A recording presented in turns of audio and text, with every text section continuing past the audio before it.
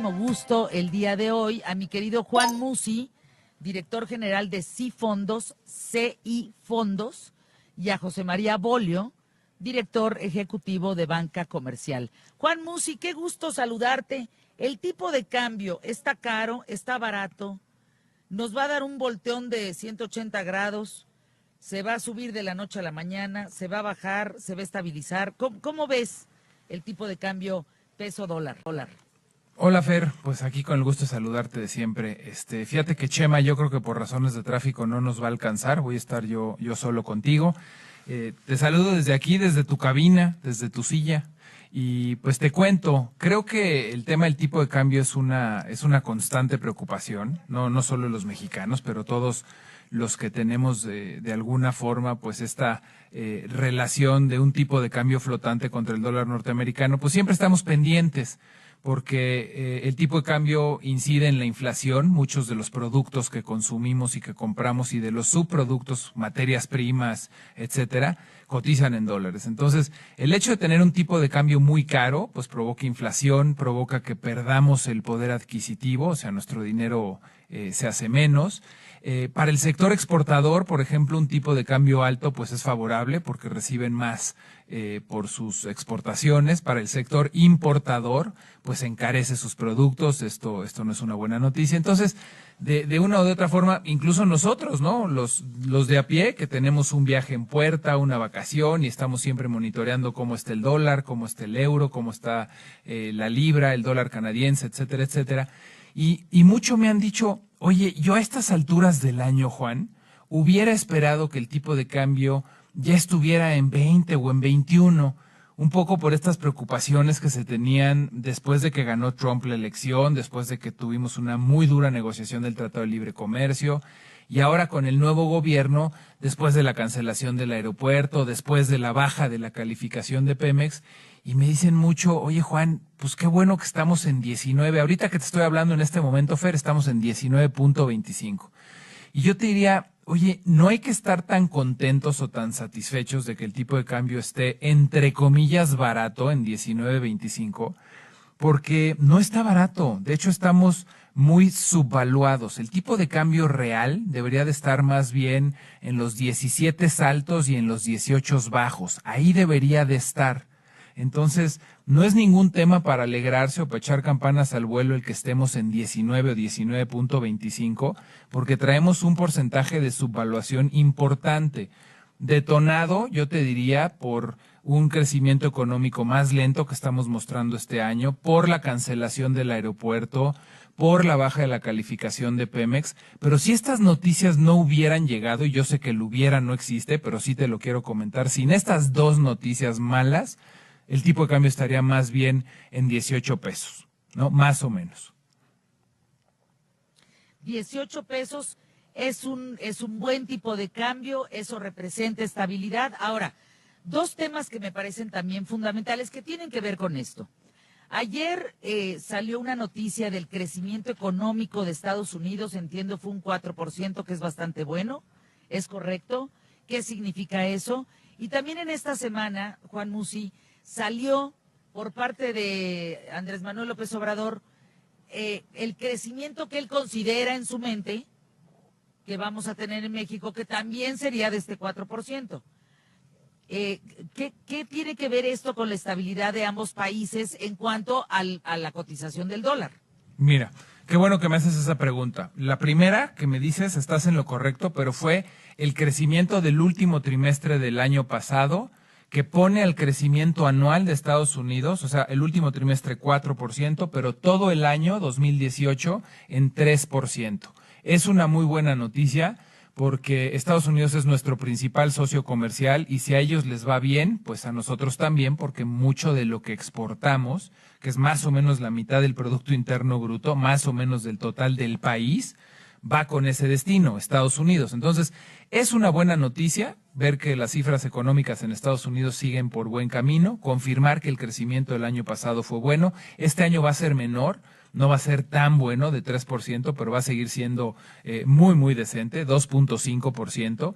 Y la segunda parte de la pregunta, cuando me dice, oye, se habla mucho y trae ahora el presidente mucho este 4%, Fer, quiero ser realista y te consta, somos objetivos.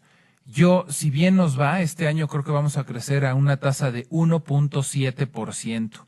No hay manera de que podamos crecer arriba del 2 y mucho menos al 4%. Y déjame rápidamente decirte por qué. La primera razón ya te la dije, Estados Unidos va a crecer menos que el año pasado, eso nos va a pegar. La segunda razón es, tenemos un presupuesto que se hizo de manera responsable en el sentido de que no vamos a gastar más de lo poco que recaudamos. Pero es un presupuesto que tiene un alto contenido social, es decir, mucho de este presupuesto se va a gastar y se va a invertir en programas sociales. Eso no nos puede abonar ni fomentar un mayor crecimiento económico. ¿Cómo podríamos tener un mayor crecimiento económico si reactiváramos a la reforma energética, por ejemplo, si hiciéramos medidas drásticas para incentivar la inversión extranjera directa y fomentar que más empresas invirtieran en nuestro país, dando diferentes condiciones de certidumbre, bondades fiscales, programas de incentivos que verdaderamente fueran atractivos para grandes empresas que tienen la necesidad de poner sus maquilas, por ejemplo, en México.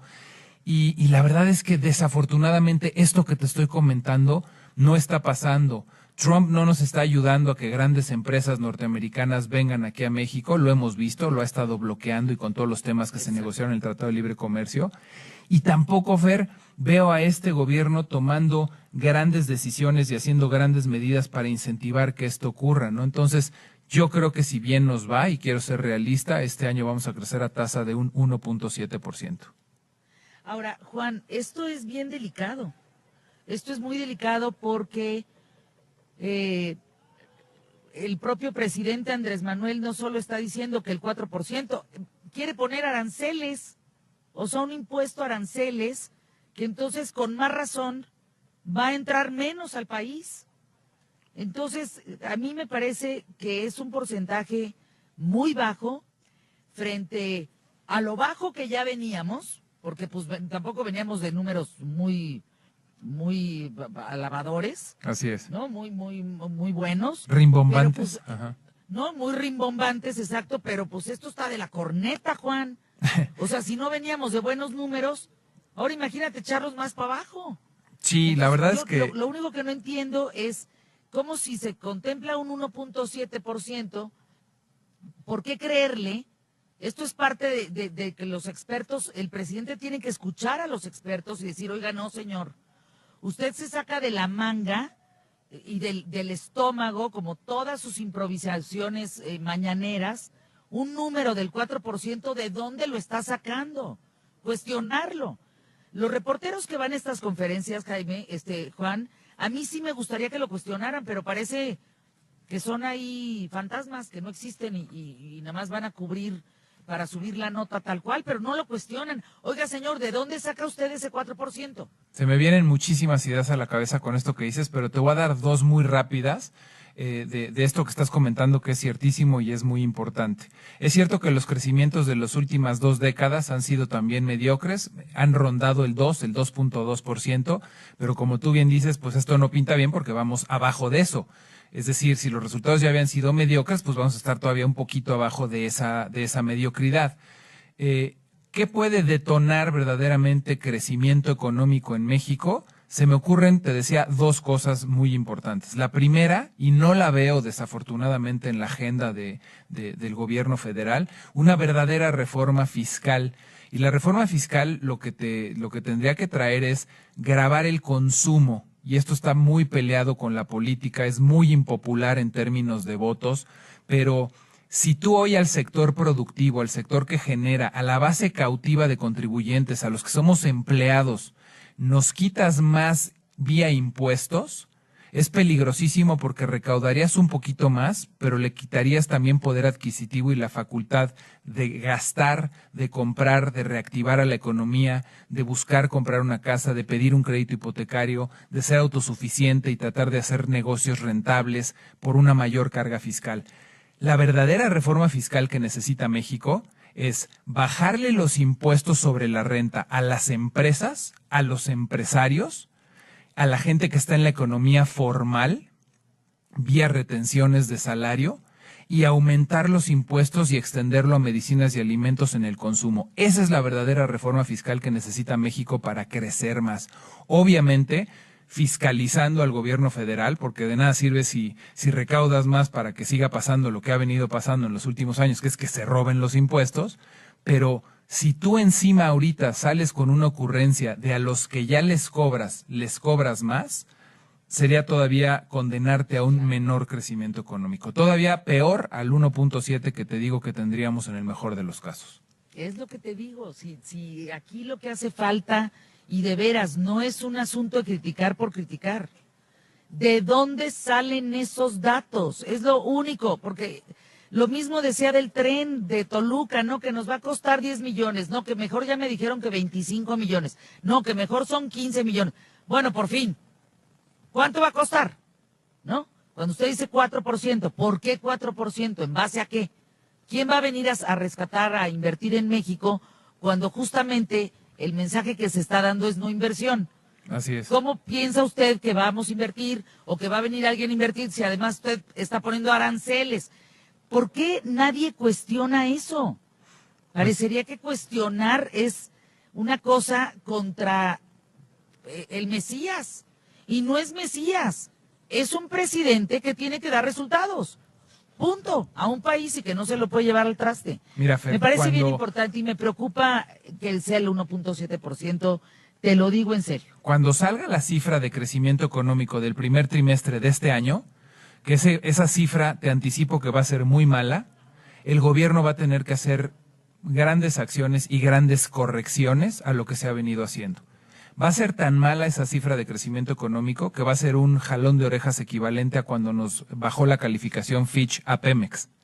Y vamos a tener que reaccionar. Y en ese momento vamos a tener que dejar el discurso del 4% que no tiene fundamento, sustento o lógica alguna. El 1%, si crecemos en el primer trimestre, si bien nos va, te va a sacar y te va a dejar fuera de contexto que sigas diciendo que vas a crecer el 4%. Entonces, ahí quizás pueda ser un jalón de orejas al gobierno federal, para decir, señores, terminamos el primer trimestre, lo terminamos bastante mal, muy por debajo de la expectativa, hay que hacer algo para corregir este rumbo. Y contestando a tu pregunta de dónde sale el 4%, pues de donde mismo sale que cuando llegaran al gobierno iban a bajar la gasolina, así, es simplemente un decir, pero sin fundamento y carente de lógica alguno, no hay sustento. Dice Cristian Ayón, ¿qué cantidad de idioteces estás diciendo, Fernanda? No estoy diciendo que vengan las importaciones chinas, gringas, europeas y muera la industria nacional. No, Cristian, no estoy diciendo eso. Lo que estoy diciendo es que tú no te puedes cerrar al mundo, punto. Y tú no puedes cerrarle las puertas al mundo cuando tú no tienes la capacidad interna de potenciar una industria nacional. Porque no la tienes. A ver, somos lugar número 1 en aguacate, pero podríamos ser número 2 en cremas de aguacate, número 3 en la cáscara del aguacate, número 4, y ese impulso no lo hay. Pues si no estás viendo que no hay impulso en la ciencia y en la tecnología, pues ¿cómo le vamos a dar más vuelo al hilacha a este tema? A mí me parece que ese tema del neoliberalismo y eso de los cuates, eso es una retórica bastante tonta para las circunstancias que se están viviendo.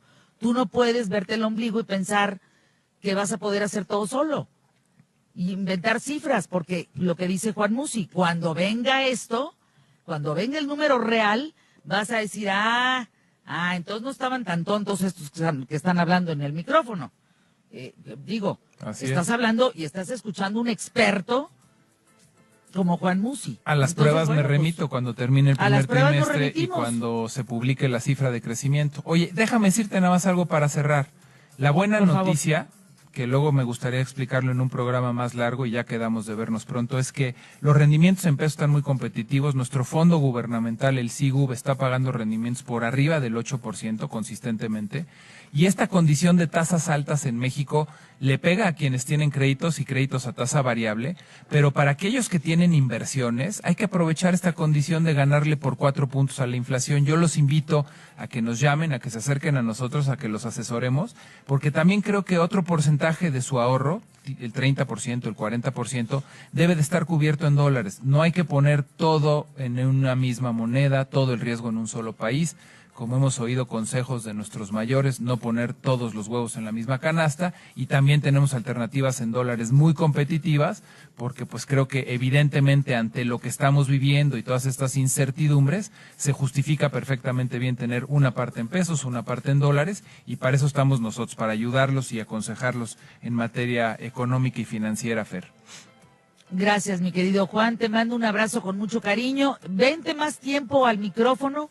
No solo este que compartimos, 3 bloques, caray, no sé, media hora, 40 minutos, tenemos mucho que platicar en relación a la economía mexicana. Gracias, mi querido Juan. Yo lo único que te digo, y esto lo platicamos más adelante, y te lo digo con la claridad y contundencia, y a mí que me expliquen, ¿por qué nos llegan cartas de las escuelas privadas que aumentó la colegiatura 10%? O sea, ¿qué está pasando que la colegiatura aumentó? ¿Qué está pasando? Que llego al súper y que con el dinero que yo me gastaba la semana puedo comprar, claro, suficiente, pero no puedo comprar 10 productos que antes sí podía comprar. ¿Por qué? O sea, ¿por qué? ¿Por qué me cuesta más la gasolina? O sea, ¿por qué? ¿Por qué el kilo de tortillas? ¿Por qué? ¿Por qué? ¿Será que yo vivo en un mundo raro, en Pejelandia, o no sé, pero ¿por qué me cuesta más? Bueno, porque tu patrón de gasto y tu canasta de inflación es distinta a la canasta oficial que tiene el INEGI, y tu inflación, Fer, desde luego que ha sido más alta que el 3.89 que llevamos este año, y que el 4 del año pasado, y que el 6 del año antepasado, ¿no? Y por eso es que, sí, efectivamente, si yo midiera la canasta inflacionaria, no de Fernanda Familiar, pero de mucha gente que nos escucha, que tiene a sus hijos en escuelas privadas, que tienes un patrón de gasto y de consumo, que vas al súper, que compras ciertos productos en el súper, pues sí, desafortunadamente tu inflación es más alta que esta cifra de inflación oficial que se publica, porque pues tienes un patrón de consumo distinto al de la canasta del INEGI, ¿no? No quiero descalificar a la canasta del INEGI, pero es un hecho que tu patrón de gasto y de consumo es distinto a esa canasta básica. Queda claro. Pero gente alrededor mía que está en esa canasta, ¿qué crees? Tampoco le está alcanzando. Algo que compraba al día con 40 pesos, resulta que ya le cuesta 60. A mí que me expliquen. Nada más para saber qué tanto tenemos que ahorrar, qué tanto tengo que guardar, porque me vienen las universidades y me vienen lo que a muchos mexicanos. Y me vienen muchos gastos. Y no estoy hablando de salud, Juan. Viene un tema de salud bien importante, porque los que se podían atender con el Seguro Popular, pues ahora ya no se van a poder atender. En fin, es una bola de nieve que nos expliquen. Gracias, mi querido Juan, te mando un abrazo con mucho cariño. Yo rápidamente dejo nuestros teléfonos, Fer, 1100-1586, quienes nos quieran contactar, 1100-1586. Gracias, Fer, regrésate con cuidado, nos vemos pronto. Gracias, pausa, regresamos aquí en ¿Qué tal, Fernanda? Con Valles Vidrio. Emilio, en un momento más. Cibanco presentó